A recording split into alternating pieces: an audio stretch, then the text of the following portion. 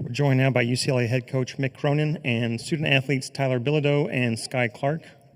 Coach, if you would like to start off with an opening statement, we'll take questions to the student athletes. After that, they can head back to the locker room, and then we'll take more questions for Coach. I don't really have one, Foosh. It's 12:30. Okay, we'll open the floor up to questions for the student athletes on the right, third row.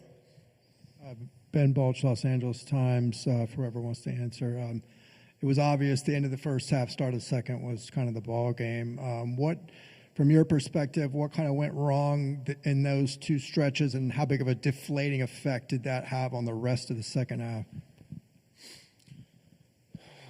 I think it was the press that got it started. I think that killed us with some turnovers, and then just some fouls. Gave them some easy points at the free throw line, especially fouling the wrong person.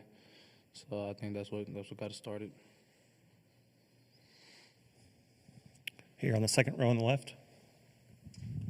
Wes Rucker, 24/7 Sports. Skyy, there in the first half, I mean, foul trouble happened, fouls get called. But as a guard and you're sitting there and some of those things are happening with the press, how much are you kind of itching to kind of be out there and help get that corrected? I was definitely smacking myself on the head on the bench. I can't put myself in that position. I know I got to be out there to help the team, so just be smarter next time.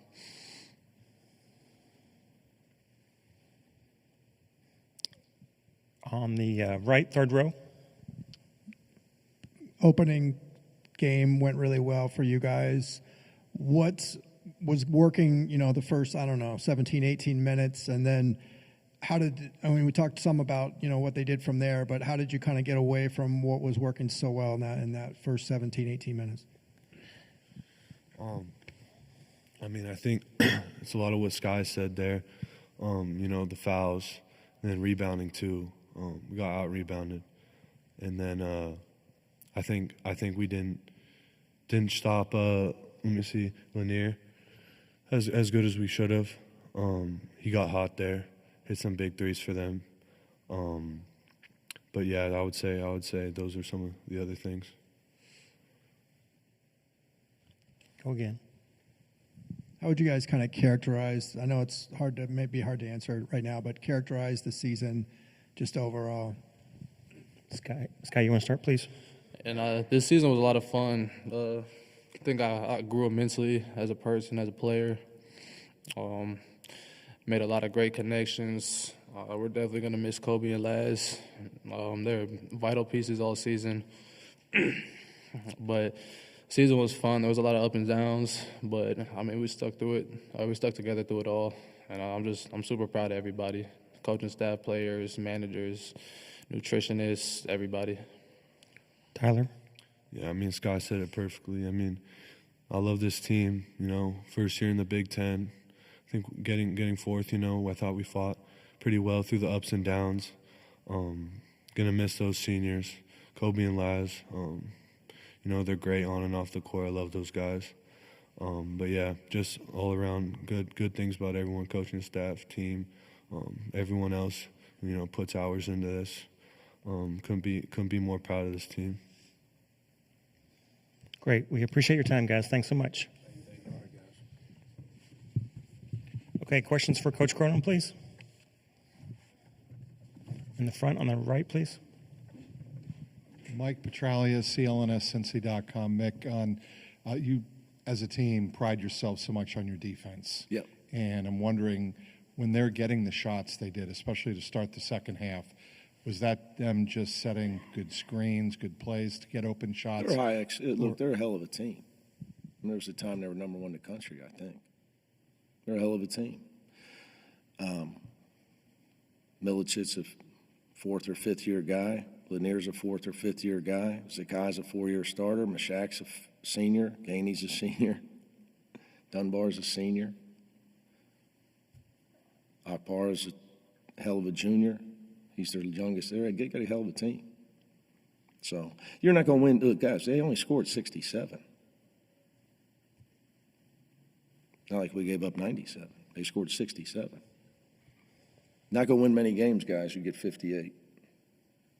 So Skyy not being able to play and Eric really threw us off for a long period. It messed the game up because we had a chance to. If that wouldn't have happened, we might have had a lead at half. It could have just been a whole different game. And I agree with Ben. The end of the first half and I had used my timeout for an offense-defense substitution, and we had a couple of really, really sloppy turnovers, really soft plays that but is what it is. But again, they got a hell of a team. You're not going to win. You score 58 points. Second row here on the left. Wes Rucker, 24/7 Sports. Mick, I know that everyone knew about the physicality both ways going into this game, the matchup. When y'all were looking at film, how did you feel about the rebounding matchup heading into this game? Because some teams have gotten Tennessee lately a little bit there. I'm not sure what you're alluding to. About the rebounding matchup tonight going into the game. I mean, it's always important. I mean, like in terms of how did you feel about the matchups there with your guys versus them? Then we obviously we got off to a terrible start. We were stopping them, and they had. I don't have the first half stats, but I think they had nine or 10 offensive rebounds at halftime. Our defense couldn't have been much better early, but we didn't do a good job on the glass in the first half for sure. Second half was even, but the first half it was 9-0 second chance points at halftime. I told our guys this game was going to be won by other things. Who gets the ball when it comes off the rim, who's strong with the ball. They screen better than we screen. Third row on the right. Connor Dollinger, Daily Bruin, you kind of just alluded to it, but when we talked the other day, you said you have to perfect the little things when playing Tennessee. What were those little things that you think went wrong maybe today? Well, look, a lot of it's them.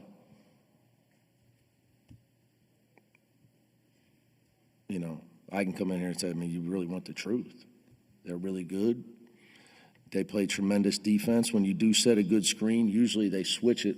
And I would tell you first of all, I don't think they're little things. You guys call them little things. I think they're big things. I think they're things that are not shooting the basketball, which all is really what, when little Johnny comes home, everybody wants to know how many points he scored. Okay, nobody asked him if he blocked out every time or did he take care of the ball. So they're big things. But what I would tell you is we didn't do a good enough job screening, and then when we did, they switched, they emergency switch. It was numerous times where they switched Skyy, Jordan Gainey, or Chaz Lanier and Mashak on to our big guy, and we did not throw him the ball. We kept dribbling the ball. And there was even one time we shot a pull-up jumper in the first half. We're winning, and Adai Mara's got a guard on him. We decide to ISO against Akpara. So our offense got us beat tonight. Our offense got us beat. Lack of execution and the end of the first half stuff. But, when you're going to play at this level, you got to be able to – you're not going to shut teams out. I've been doing this, and you're not shutting Tennessee out. Did you guys really think – we held them to 67. You want me to hold them to 57? That's not happening. Nobody held them to 57 this year would be my guess. So, offensively, we weren't good enough. Jim Alexander from the Southern California News Group. I know it's probably way too early to start thinking about then next year. Ask. I was going to say, at what point do you start looking forward rather than backward? Right now, guys, it's 12:40 a.m. and our season just ended. That's it. You're going to ask me about next year? Right now, my biggest concern is how bad the seats are on the Allegiant flight, on that terrible plane that we're going to have to fly home tomorrow. The school bus. The cheese, the plain version of the cheese. Hang in there. And is there any chance that Doug got me some hot food, because I don't eat on game day, that I got something edible? Not next year, not right now, guys. Without asking about next year, where did this team fall short? Because obviously you've said... Well, look, we restored us back to where we need to be in the NCAA tournament. We had the 4 seed in the Big Ten tournament out of 18 teams. You know, after having almost no NIL and having to go to Europe to try to find cheap players, and the debacle and fighting through it last year and finishing 5th. But if we didn't have to do that, it put us a year behind. Okay, so I thought this group of guys did as good as they could do, Ben. I thought Eric's injury and Will had to have a little surgery in the middle of the season, threw us off.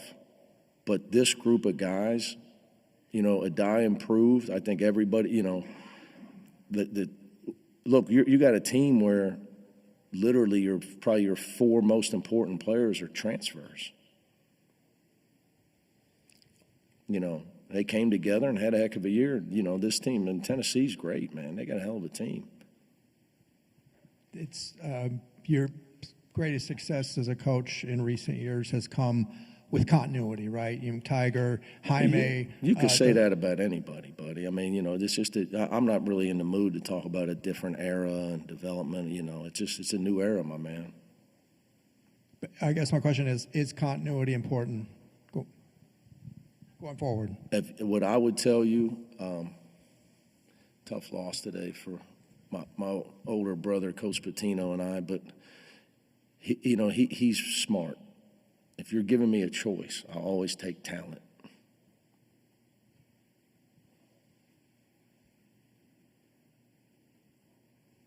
Does that answer your question? Doesn't mean other things aren't important.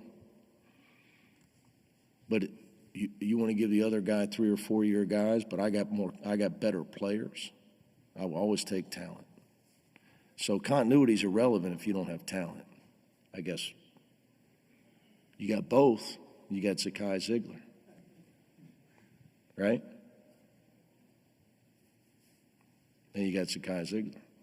You know, you're running around with basically another coach on the court. He's a hell of a player too. So I would always take talent though, Ben. But I mean, both are important. There's a lot of stuff's important. Coach, we appreciate your time. All right, guys.